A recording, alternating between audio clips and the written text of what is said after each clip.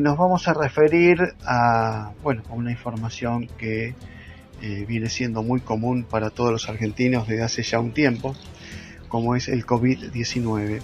En este caso, queríamos actualizar un poco la información respecto de qué es lo que está pasando con el sistema sanitario en torno al combate al coronavirus, pero más allá de las vacunas, ¿no? Digamos, con todas las cuestiones colaterales que coadyuvan justamente en este caso a un testeo importante de la población. Hay un sistema de testeo desarrollado por el Centro SINDEFI y la Facultad de Ciencias Exactas de la Universidad Nacional de La Plata, que bueno, fue anunciado en enero de este año y que bueno, sigue su curso y que ahora está a punto de obtener habilitaciones para una producción masiva y para que circule masivamente, y que bueno, ojalá que justamente sea una importante solución para este requerimiento de testeos masivos en la República Argentina. Hemos dialogado entonces y vamos a pasar la primera parte de la nota con el doctor Sebastián Cavalito, director del SINDEFI y director del desarrollo de este proyecto de testeo contra, o para detectar, mejor dicho, el COVID-19. Lo escuchamos.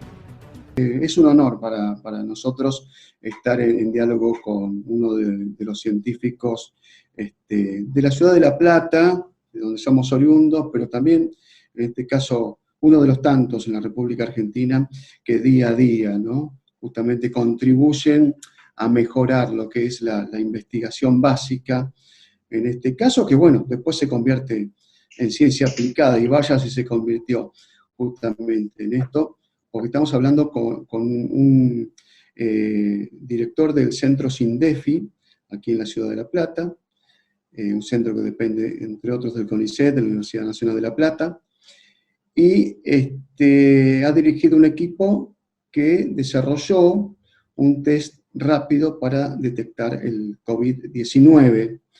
De esto nos va a actualizar un poquito, porque ha sido una noticia con mucha repercusión en su momento, pero te quería preguntar, Sebastián, como para un poquito volver a ilustrar a la audiencia, ¿en qué consiste este test que han desarrollado?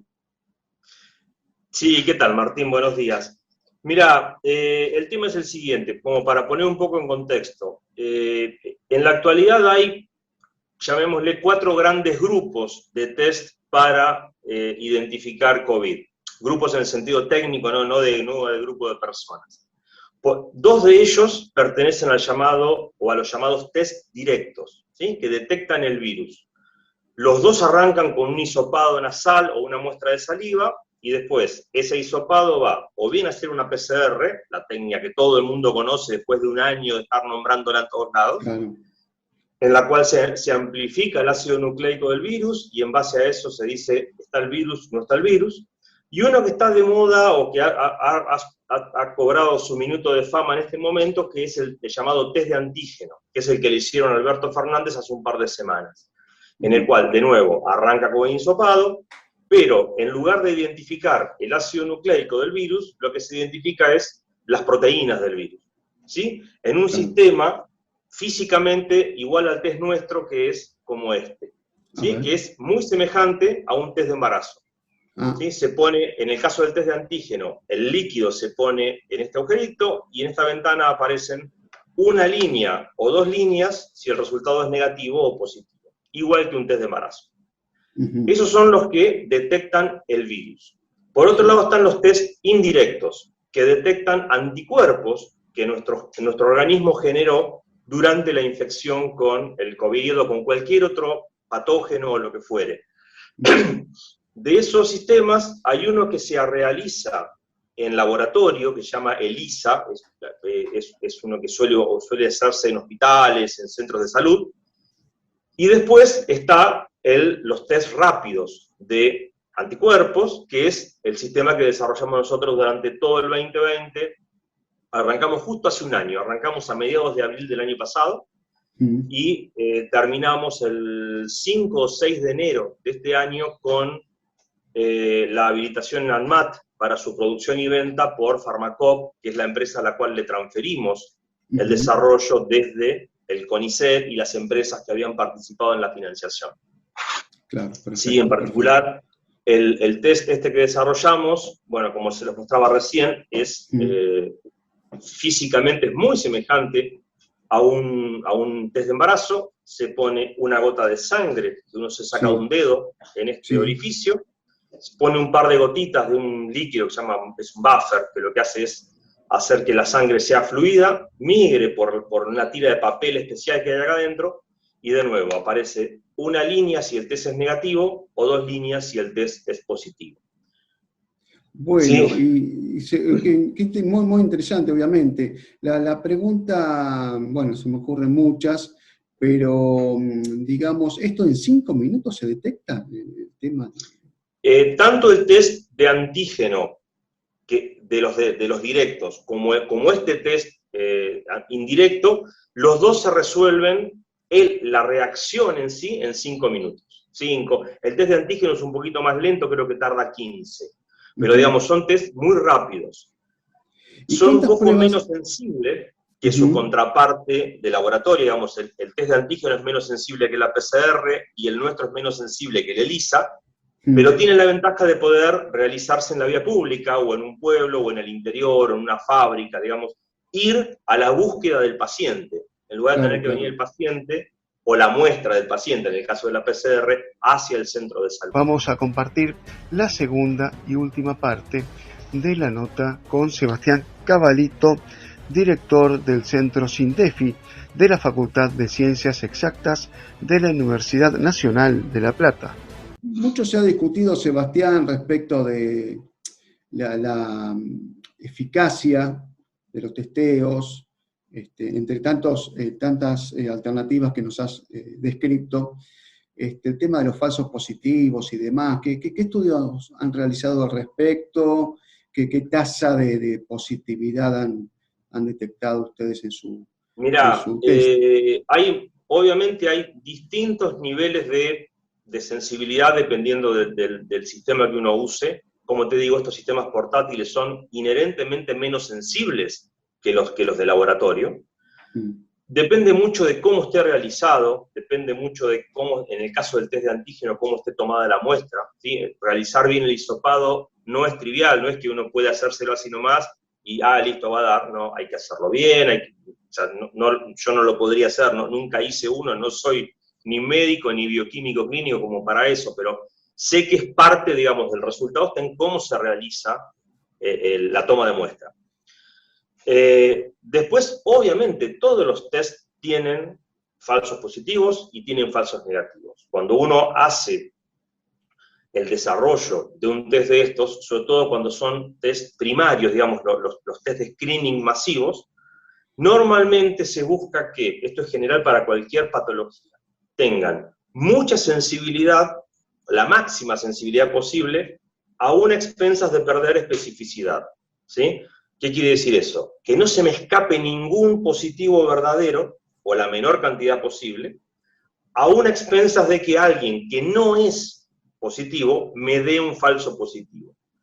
Porque a lo sumo esa persona se va a confirmar en un método distinto, y bueno, y ahí le dirán, no, sos negativo, solamente te pegaste un susto, ¿sí?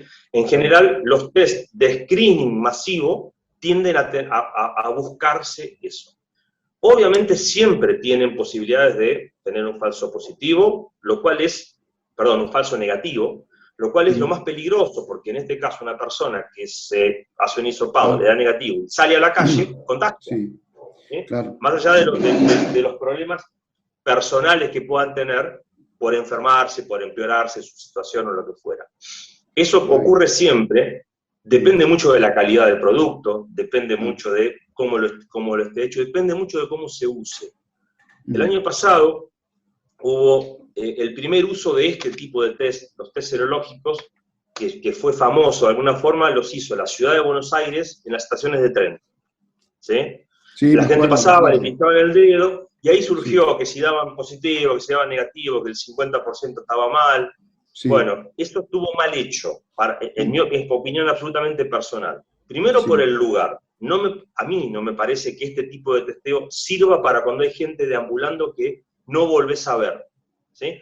Son más útiles para cuando vos vas a un lugar donde la gente está confinada, no en el sentido físico, sino en el sentido temporal, una fábrica o una escuela, donde todos los días la gente va al mismo lugar. ¿Sí? Se no conocen los destinos, presa, o el hogar o el trabajo, o el hogar o la facultad, o así, eso quiero decir. Exacto, un lugar donde la gente repite o está en forma periódica. Entonces vos podés agarrar, porque son para estudios más poblacionales que personales, estos de tipo anticuerpos. Entonces vos agarrás una población de una oficina, donde hay 10 personas, les haces el test a todos. Aquellos que tienen anticuerpos, quiere decir que ya estuvieron en contacto con el virus. Normalmente, seguramente ya han pasado la enfermedad con o sin síntomas, sí. Y ya se recuperaron y tienen anticuerpos que les durarán, no se sabe todavía, 4 o 5 meses o más. Como todo en esta enfermedad viene en estudio y esos tiempos van cambiando. Pero supongamos 6 meses, medio año. Si vos tenés una población donde la mitad tiene anticuerpos, bueno, vas a armar grupos de trabajo entre gente que tiene anticuerpos y gente que no la tiene.